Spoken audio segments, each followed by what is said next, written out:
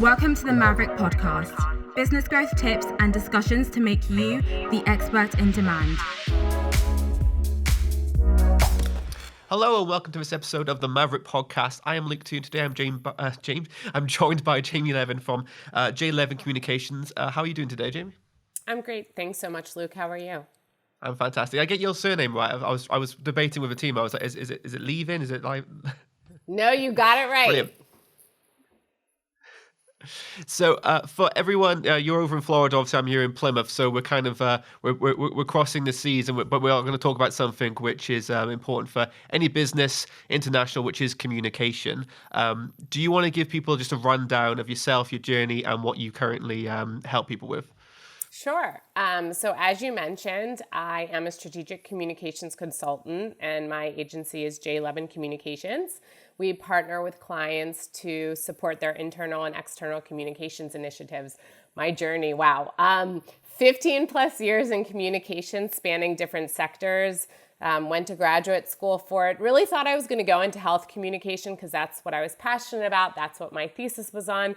My life took me in different directions to construction and automotive, and now I get to dabble in a little bit of everything, so it keeps it really exciting.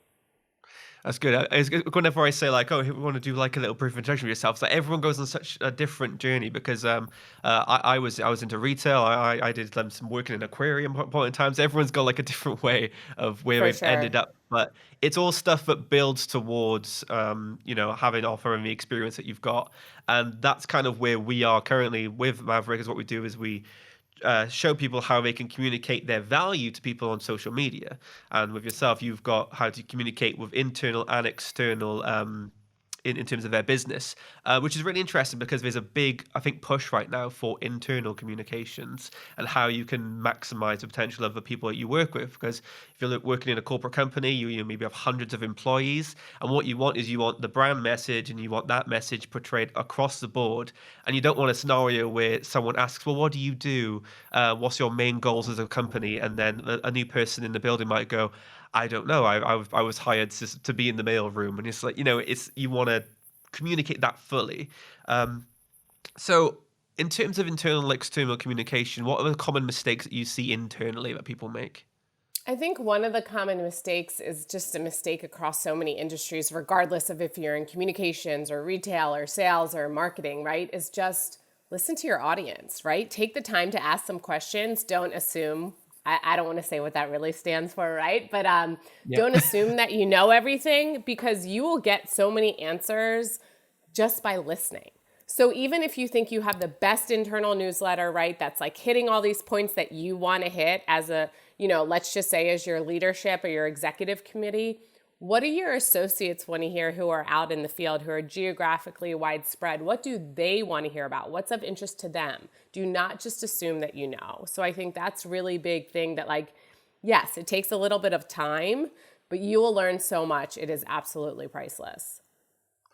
Especially when it comes to the type of knowledge that's going out there. If it's just company updates, after your third or fourth one, I feel like people will say, okay, I kind of know all this stuff, or it's something which isn't relevant to them, it's hard to do in a newsletter where it goes to an entire company, because what's relevant to sales and marketing might not be relevant to maybe the higher ups or anyone in a team who's like fighting on the grounds and trying to maybe work with their tech, or maybe trying to work in a different field. So it's something which you need to communicate across the board, which keeps everyone interested, which Right. can be a battle in itself. Right. And I think, to your point, this idea of connecting with your audience, like you guys mentioned that you do for your clients, is if it's not interesting to them, they're not going to open it. Right. So like they're not going to open that email. They're not going to click on that video feature that's on social media. So if it's not of interest to them, you can spin your wheels and do as much work as you'd like to, but if it's not reaching your audience, it's not having an impact. So you're wasting your time. Yeah, there's multiple thresholds of interest, I believe, because you've got that. If we're talking this about email marketing campaigns, you would have the subject title is the first threshold you have to go for. If they don't click on that, that email's not read. Then you click through again, and it's the contents. If you don't read from the first sentence, you can kind of get the gist of an email from the first sentence. If that doesn't engage you at all, you click off it. You don't read the rest of the email.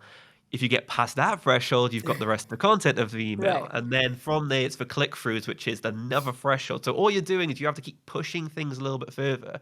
And it's a way of doing that without, I feel it's a art in itself to maintain that interest without trying to hold the carrot too far away from the person, because then they'll know what you're doing. They're like, oh, Right. here's a ... so you have to read more each time. And we both, everyone knows that. Everyone knows what you're trying to do. And if you're too obvious with it, it's, I can tell you're doing this for my clicks. I can tell you're doing this for this. And people don't like feeling manipulated when it comes to reading their content. Right. So I mean, to your point, it's just like with your personal email, right? Your business email is no different. So there are certain emails that you're clicking on, to your point, because you're like, ooh, this is a sale or something, and it's a store that I like. And then there are certain things where you're like, this is a hook. I don't have time to do this right now. And so you just don't click on it at all. especially with the action emails. If you're a leader and you've put out a list of actions, but you put everyone in the same email, what it can do is, even if you have a very important action in that email and you're searching for it, but you feel like the content in itself isn't anything really to do with you or responsibility wise, people can go, oh, okay, this seems like an email directed at our tech side. You know, I'm part of a different side of things. I'm part of the writing side. Right. So maybe I'm not going to worry about it. But deep inside that email, you've got, okay, we want the writing side to make sure these things are achieved. And you miss it because the gist of email was like all about one sort of aspect, and in the middle you tacked on a little bit else, which was an important action, and you can miss it. So, Right. I mean, one, you can feel like, oh, maybe the person should have read it all, but at the same time, the communication got in the way because the content got in the way. Right. And we're all so busy, right? So you have to think about, what are the different avenues that I can reach people? How do people, and again, this goes into the whole listening aspect. How do people like to receive their news? A lot of people don't like email anymore, right? So is it a Teams message? Is it a text message if your company allows it, a quick video text from your leadership team? So that goes into that whole listening component too, right? It's not just what your team members want to hear, it's how they like to receive their news as well. So how would you go about creating this compelling internal newsletter? Then what would be the first tip that you would go for? If someone said, okay, this is my newsletter, and you took a look at it, what would be the first thing you're looking for that you could improve? Yeah, I mean, I think, again, I go back to, even if it's something that you've been doing for 10 years, you have to be evolving, right? Like, the world is evolving, the different ways that people can receive their news is evolving. So I think I go back to first, finding a focus group or surveying team members from different areas of your business, again, to find out, how do they like to receive their news? What kind of information do they want to hear about? Do they want to know about associate anniversaries, right? Because people are a huge component to any company. Do they want to hear about community initiatives and giving back? And then really try to focus on the things that people want to hear about first. Also, we're all so busy, and especially I've supported communications in the world of retail. At the end of the day, you don't want your team members in front of their computer, right? You want them supporting customers and supporting fellow team members. So sending a 15-page newsletter to a retail team member, why? Right? Like, you go back and you're like, you guys spun your wheels. You spent so much time on this. It may look beautiful. Your creative department may deliver a beautiful looking piece. It was a waste of time because nobody has time to sit there and read a 15-page newsletter. You don't want everyone sat on the shop floor looking through your phones. Exactly, right? That's not the point. It's this idea of news you can use, right? What connects you to your company? That's where I would go first. Also finding out what works, what doesn't. It's just, I think we lose this component. So, so many people, we just get into the grind, right? Run the play. Once we have the play outlined, let's just run it. No, you need to revisit that play every once in a while. The same play doesn't work year after year, just like it doesn't for any professional sports team, right? Eventually someone figures it out and they're like, we're not that interested anymore. Oh, we know exactly how to tackle this. It's no different within your company. Yeah, the tried and true method becomes tried and true, but then it becomes tried and tested, and then it becomes tried and played out. So it's an issue of evolving yourself, because it might be the same way of approaching it. It might be, oh, we've got a newsletter, or we've got this way of approaching our customers. We've been doing it for the last 10 years. And this is something we advocate when it comes to our sales approach now, because we prefer social selling, because one, you're approaching the right people. You're actually engaging with someone who's interested in your work, and you're not bothering anyone. What you're doing is you're offering value. Right. And it's one of those issues where you can go away from the old methods of cold calling and outreach, and just basically putting your message out there and out there and out there, and being really pushy. But now we live in more of a social age, so you've had to adapt, and people are still adapting right now. So far, people are still adapting in the ways where you've got business owners and entrepreneurs making their own content without teams. They're being influencers themselves, and they're trying their best to adapt and show their value on social platforms and through Right. external communication. And they're finding the audience with it, because everyone's finding a place to be online, which is what all the social media is trying to accomplish. That's probably the reason why we've got a few echo chambers out there, because what we've done is the algorithms has put people together so they can just talk, and they can innovate, or they can argue. That's what they do. But at the same time, it's the way to approach sales, the way to market, and way to approach outreach currently is by getting involved in those niches, getting involved in those spaces, and then offering enough value, dominating it, and they become the leader of those spaces. Right. So the way of approaching that from internal and external is by just providing a lot of value, but being there and present, and working and mastering communicating with people on their level. Right. Well, and I think to your point, you bring up this whole idea also of two-way communication. That is so important, right? It's no longer like someone barking at you and just telling you. Like there's this opportunity for two-way communication, which is good for brainstorming, which is good for ideation, which is good for just providing different perspectives, right? Like you may see something or read something, and this is how you interpret it, but what does it mean to someone else? Right. And I think that's also a really important component of this idea of listening and fine tuning your communications, both internal and external. I agree, because if you don't actually do that, then what happens? You're basically, if you're not listening to what someone's saying on the other side, you're not going to tailor your approach at all. And if they're your target audience and you're not listening to them, all you're doing is alienating yourself, and then you Right. have no one really to talk to. You're kind of just being a billboard going, oh, I think this. And if no one agrees with you at all, then you're on your own. Worse so, you can actually convince yourself that you're doing really well, but you have a huge group of people who are actually buying into what you're saying. They're not actually you're not actually creating clients. You're not actually collating or helping people. They're just reaffirming your point of view. And this is where viral versus being like a marketer and a digital marketer and social selling come into it. Like there's viral, which is you've got loads of people going, yes, I agree, and I agree with you. But then on the other side of things, you actually want to create clients. You actually want to have your brand message out there. You want people buying into you, rather than just saying, yeah, no, this person's really great, but I'm never going to buy anything from them. Right. It's all about creating customers at the end of the day. And, I think it also goes back to this idea of people. It's not really what we're talking about right now, but people like to do business with people who do good things, right? And companies that do good things. So this idea of community and stewardship and giving back, and that all is still really relevant. And the idea from an attracting and retaining talent perspective of people like to work for companies that do good, right? So how are you sharing that message without it also seeming like you're patting yourself on the back? Because we should be good people. We should want to give back to the community, right? We shouldn't really be rewarded for it. That should just be ingrained in who we are. So I think that provides an interesting communication component as well. Yeah, it's taking. You want to make sure you're not just ticking boxes. You're doing it for the right reasons. Exactly. Which is probably when it comes to employee advocacy and making people talk about your business, who work for your business, in a positive light. If you reward it in a sense too much, or incentivize it too much, it can seem that all they'll do is put out propaganda for you, and that can really Right. harm your business, because all Oh, you're yeah. doing really is having sales content out there constantly. Right. And look, I've dealt with that arm for many years. And of course, nonprofit organizations, money is a huge component.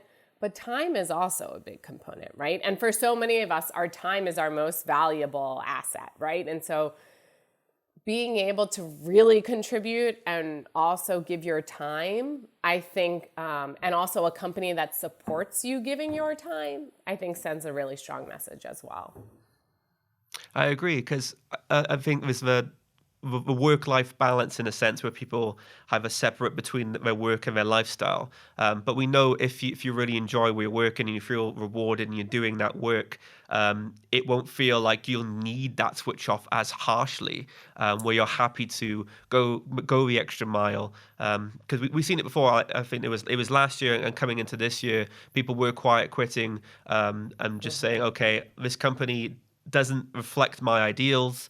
They don't reward me for certain things. Our ethics don't align. So what I'm going to do is I'm going to go in, I'm going to do my job, I'm going to coast by. And at the same time, it could be a fundamental issue within the company where the culture is wrong. So I don't necessarily agree or disagree with people who quiet quit. I think it's on a case-by-case basis. Right. But if you want people to go online and communicate how great your business is, you need to create that great business. Right. Exactly. It can't just be a facade. It has to be real.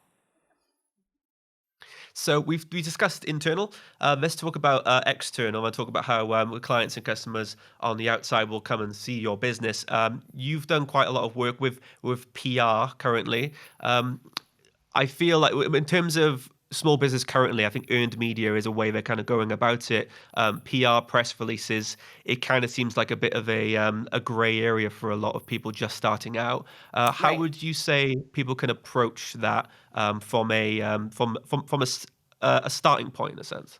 Right. I think you're spot on, right? It's a bit of a gray area. It seems like a lot of extra credit, right? Because it's really hard to prove your ROI. So it's like, okay, I'm going to spend either this much time or this much money partnering with someone who can help me get the word about my company. But I can never prove that 10 customers came in because I was able to secure a placement in my local newspaper or, my local news station, right? So there's the upheld battle in the first place, right? So I always say I'm a words person, so it's really hard for me to prove my numbers sometimes, unless I'm able to say to you, we got this feature in this local publication, this amount of space would cost X in an advertisement. That's about as close as I can get for you, but it's how you leverage that after the fact, right? It's not just, yes, I secured this feature in this local publication and my target audience is local, is my local community. What are you doing with it after? What are you doing with it after it runs in the newspaper? Are you posting it to your social channels? Are you using it as a business development tool? Are you recognizing it when you're with in networking organizations? So I think to your point, it's very interesting. I've talked a lot recently to clients about press releases. And some people might want to slap me on the wrist for this. I'm not a huge press release person, right? Like, if you're distributing it over the wire and you're doing it for purposes of SEO, of course, it can help. Yes, 100%. It also costs money, right, to do that. It's not free to distribute something over the wire. So I think a lot of times it's figuring out, who do you want to talk to? Where does it make the most sense? Do you want to cast a wide net and just, again, see what you can get? Or is there a really specific target audience that makes sense for you to write a pitch letter to say, hey, my name is Jamie and I can speak to these topics? Or, and start going about it that way as like an introductory piece, maybe offer a backgrounder. Or do you want to leverage an awareness month that makes that makes your topic more relevant at that point, right? So there's different ways to go about it. I'm not huge on the press release anymore, though. That's for sure. Yeah, it's interesting. I feel earned media is kind of taking more of a front step to it, where you'll write blogs and articles from your own site, maybe do like a backlinking strategy where you're asking other people for links from their sites with a higher domain ranking, and maybe vice versa. So what I did myself was for our blogs, I wrote about 200 blogs for the Maverrik website, and my main strategy was answering questions to get into the Google rich results. I wanted all the snippets possible. Right. So what I was focusing on was, okay, if people are gonna looking for anything to do with LinkedIn, with social media, and it helps them with their marketing or sales, they're gonna need these questions like, what's the right size of header? What's the right size of profile picture? And that is how we got most of our impressions going forward. So when I look at press releases themselves, and they're probably going to be great for our events going forward, but at the same time, we need to make sure that you're approaching it in a sense of what's the best return. Um, Right. and like you said, it's very hard, difficult to quantify if you're being featured in this news article, or if you've been featured in on this website. What does it mean for you? It may mean in terms of traffic goes up, but that could be from different reasons because we try loads of different things. So people might be searching us for different areas. So in a sense, it's, I guess, like you say, asking your audience once again, where did you find me? How did you see what was I seen against as well? And from there, you can probably track from there if it was worth your time and effort put into creating. Because not only that, once you create a press release, you have to make sure it's the right press release, because they will obviously say, no, that's wrong. You can't have this if it's all promotional material, because it needs to be newsworthy. Right. So if you're using it as a marketing tool, you have to make sure you've got news.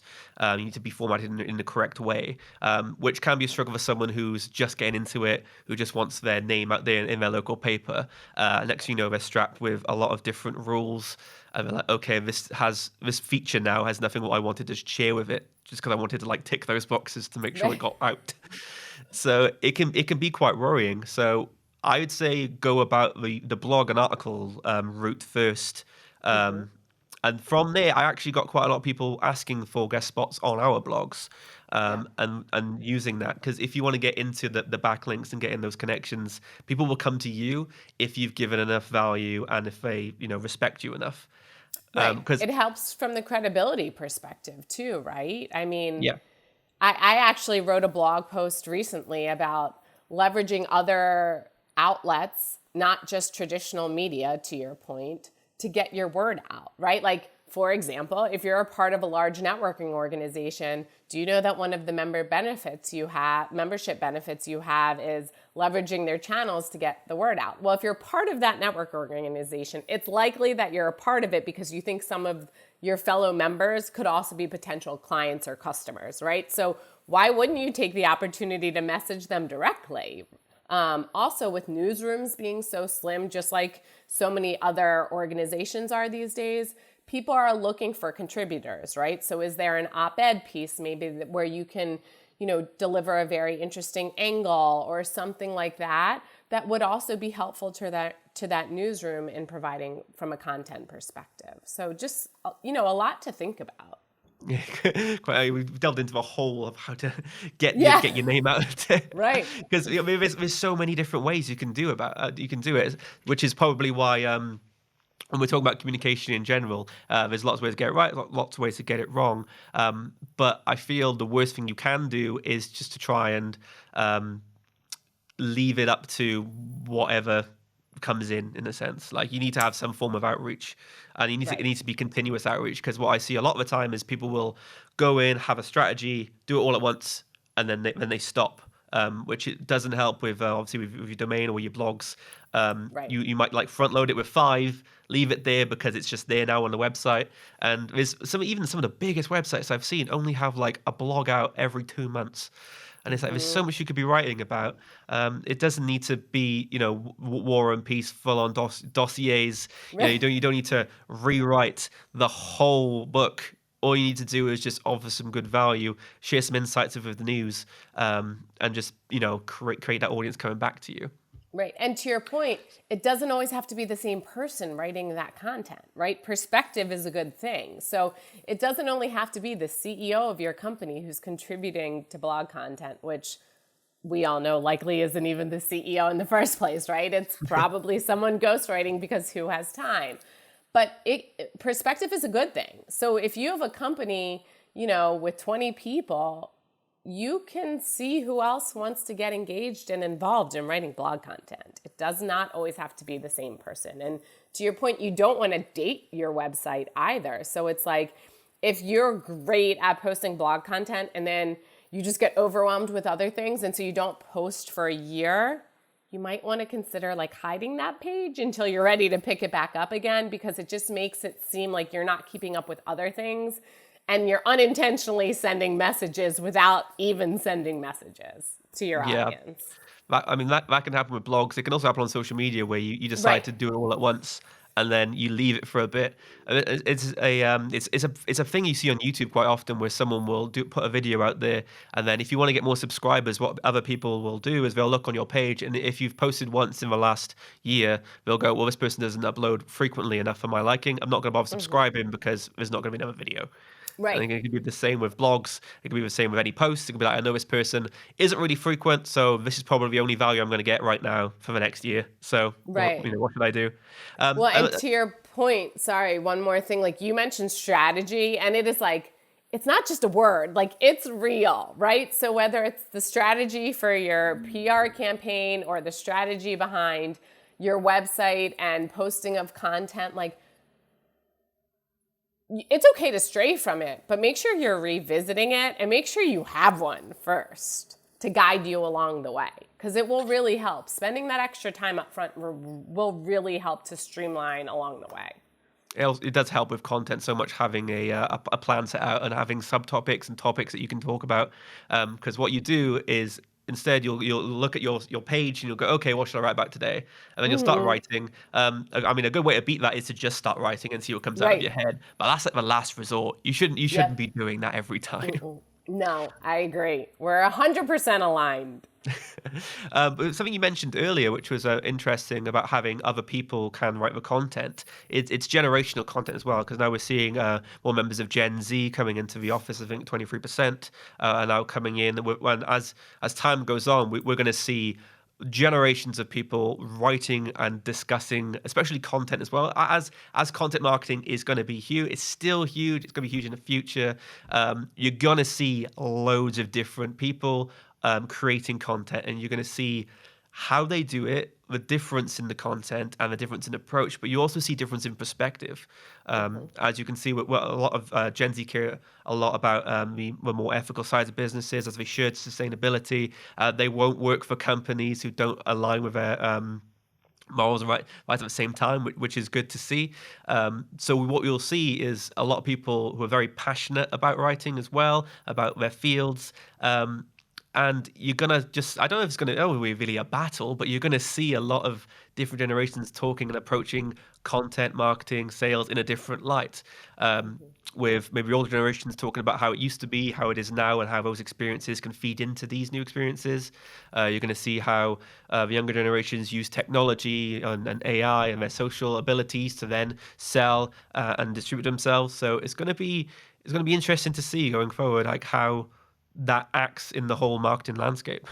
Right. Well, and to your point, this whole idea of like AI, right? It blows my mind what's going on right there too. So it's like, it's not even people creating content anymore, right? So it'll be interesting. And to your point, it's keeping up with it and realizing what works. Some of these new, great, efficient tools might not work for your company and your strategy. And that's okay. But like, just make sure you're aware of them. I mean, there's always going to be the new hot thing, right? Like regardless of the industry you're in, but it's good to keep up with them if you can. It doesn't necessarily mean it's for you. And again, that's okay.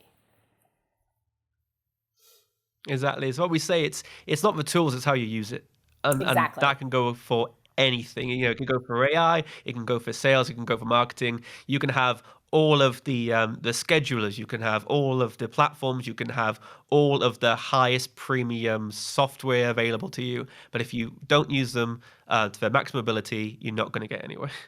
Right. And you could potentially just be spending money for no reason too, on top of everything else, right? It's that idea of if you have these great resources and you're investing in these great platforms, also educate yourself on the capabilities, right? Like what can you learn from them? What analytics do you now have access to because of them?